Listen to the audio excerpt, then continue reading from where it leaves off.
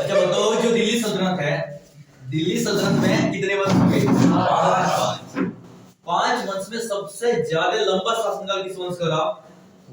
तुगलक वंश का। सबसे कम किस वंश का रहा? खिलजी वंश। अच्छा, खिलजी वंश के संस्थापक कौन है? जलालुद्दीन खिलजी। वास्तविक संस्थापक कौन है? दिल्ली से दौलताबाद राजधानी कौन लेगा? मोहम्मद बिन तुगलक। क्या दौलताबाद महाराष्ट्र में, यूपी में? महाराष्ट्र में। तो बताओ एक बार आप मुझे, जो हमारी वर्तमान दिल्ली है, दिल्ली किस नदी के किनारे बसी हुई है? क्या दौलताबाद जो एमबीटी लेके गया था मोहम्मद बिन तुगलक, क्या वो शिफ्ट हुआ था? नहीं हुआ था। वो एमबीटी वहां से कहां पहुंचा था? फिर ईरान। वो ईरान से फिर कहां पहुंचा? तिब्बत। तो जब वो तिब्बत जा रहा था, वहां के सेनापति कौन थे? तो बताओ सुल्तानों की सुल्तान कौन हुई? रजिया सुल्तान के पिता कौन थे? इल्तुतमिश गद्दी पर कब आए? आपसे प्रश्न है, गलत है भाई, बोलो। 1240 है, 1240 तक। तो बताओ जो रजिया सुल्तान थी, रजिया सुल्तान के जो पिता थे वो कौन थे? इल्तुतमिश। तो रजिया सुल्तान जो थी उसने किसे युद्ध करा था? किसके साथ? उदय सिंह के साथ। कितने घंटे में हरा दिया?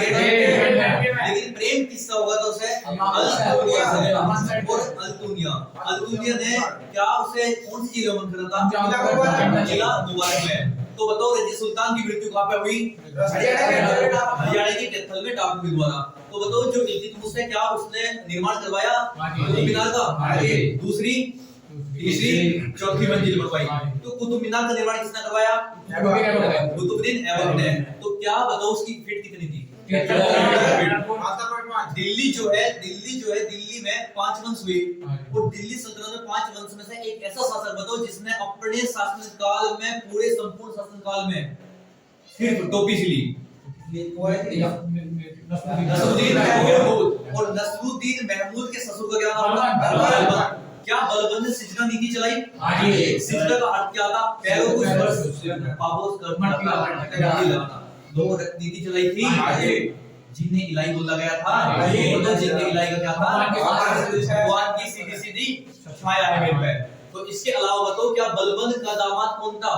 नसरुद्दीन महमूद। तो बलबंद के बाद, नसरुद्दीन महमूद के बाद गद्दी पर कौन है? बलबंद। बलबंद के पुत्र का क्या नाम था? बुगरा खान। तो इसके बाद बताओ जो इसके बाद अंतिम शासक कौन हुआ? एकू बाद और ट्यूमर्स। इसके बाद जो हमारा तुगलक वंश चल रहा, तुगलक वंश के संस्थापक क्या है? ग्यासुद्दीन। क्या बोल देंगे? जीएसटी बोल देंगे। ग्यासुद्दीन तुगलक के बाद गद्दी पर कौन आया? मोहम्मद बिन तुगलक। क्या ग्यासुद्दीन तुगलक ने नहरों का निर्माण करवाया? क्या ग्यासुद्दीन तुगलक के द्वारा हॉस्पिटल बनवाए? इसने एमबीटी ने अपने शासनकाल में क्या उसने सांकेतिक मुद्रा चलाई? स्कूल बनवाए। तो सांकेतिक मुद्रा के बाद इसके बाद गद्दी पर बनाया एफएसटी। और फिरोज शाह तुगलक जब गद्दी पर आए, फिरोज शाह तुगलक ने कहा कि हम अपने राज्य क्षेत्र को नहीं बढ़ाने के, क्योंकि उसे शांति जीवन व्यतीत करना था। उसने बोला हम अपने साम्राज्य को नहीं बढ़ाने के। तो क्या बताओ उसने मदरसे बनवाए? क्या हॉस्पिटल बनवाए? क्या 50 बाग बनवाए? क्या 300 नगर बसाए? 300 नगर में से उत्तर प्रदेश के जौनपुर की बात होगी या बाद की बात होगी? तो बताओ जौनपुर किसने बसाया? फिरोज शाह।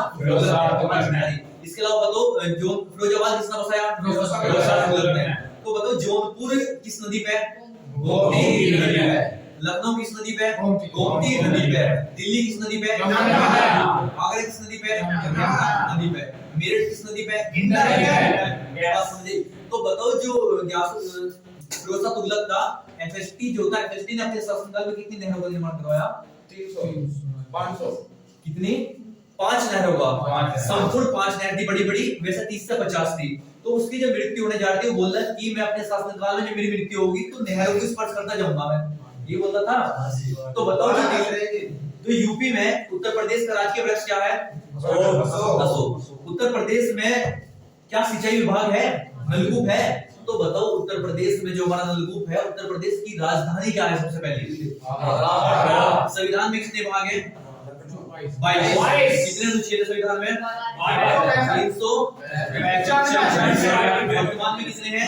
470। कितनी अनुसूची संविधान में है? पहली अनुसूची क्या है? संघ राज्य दूसरी क्या कह रही? वेतन। तीसरी संपत्ति राज्य पांचवी असम त्रिपुरा सातवीं आठवीं भाषा नौवीं भूमि सुधार 10वीं 11 बजे तक 12वीं। तो बताओ जो संविधान है हमारा, संविधान में कितने अनुच्छेद है वर्तमान में? 470 प्लस है। इतनी बात समझे? तो बताओ संविधान के रचयिता कौन है? B R Ambedkar. तो बी आर अम्बेडकर ने कौन से अनुच्छेद को संविधान की आत्मा कहा? आर्टिकल 32 को। इतनी बात समझ आई? तो बताओ अस्पृश्यता कौन से आर्टिकल में है? 17। जीवन जीने का अधिकार 21। तो मरने का अधिकार 21। इसके अलावा बताओ कुछ 10वां में गिरफ्तारी 22। शोषण के विरुद्ध 23। बाल श्रम निषेध है ना? तो बताओ धर्म की बात किसमें हुई? धार्मिक स्वतंत्रता की बात 15 हुई ना?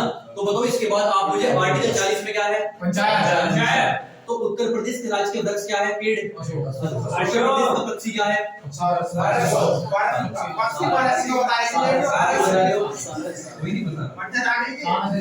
सारस। तो इसके बाद उत्तर प्रदेश का क्षेत्रफल कितना है? 2,40,000 किलोमीटर। बताओ यूपी में उत्तर प्रदेश में जो हमारे रूबी दरवाजा वो कहां से है?